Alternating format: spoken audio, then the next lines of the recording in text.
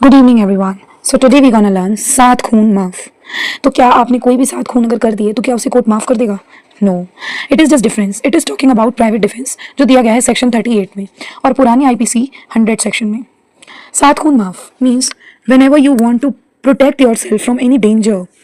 अगर आप किसी ऐसी स्थिति में हैं जिसमें आपको लग रहा है कि आपको अपने आप को बचाने के लिए सामने वाले को डेथ कॉज करनी पड़ रही है, so you could have but evidence should be there. तो ऐसे कौन से 7 केसेस हैं जिसपे आप सामने वाले का डेथ कॉज कर सकते हैं?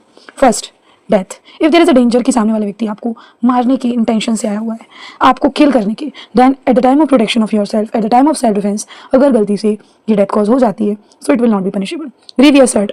Grievous hurt, you have the risk of having injury. Okay, कि सामने वाला आपका सर फोड़ने वाला है या आपके साथ कुछ डेंजरस सिचुएशन राइज होने वाली है। Third is rape. If there is a chance of having rape with any women, so she could take action. Okay, and while taking action अगर सामने वाले की डेथ हो जाती है तो okay, there will be no imprisonment. Unnatural lust, अपनी unnatural lust को फुलफिल करने के लिए, फॉर एग्जाम्पल छोटे बच्चों के साथ कुछ केसेस हम सुनते हैं। ओके, तो अननेचुरल लस्ट को फुलफिल करने के लिए भी आप कोई भी किसी की भी डेथ कॉज कर सकते हैं अगर आपको लग रहा है कि सामने वाला अननेचुरल लस्ट आपके साथ कॉज कर रहे हैं। किडनैपिंग और एब्डक्शन। फिफ्थ है किडनैपिंग और abduction.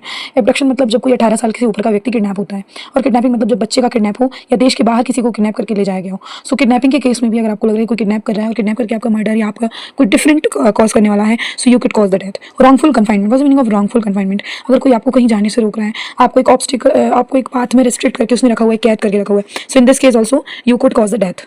Acid attack. Yes, if there is a danger of acid attack, अगर आपको लग रहा है कि सामने वाला कुछ एसिड अटैक करने वाला है, उस मोमेंट पे भी आप डेथ कॉज कर सकते हैं। सो यही था हमारा 7 खून माफ। सो कोर्ट ये नहीं कहता है कि आपके खून सारे माफ हैं, only these cases, only under these cases, but yes there should be evidence.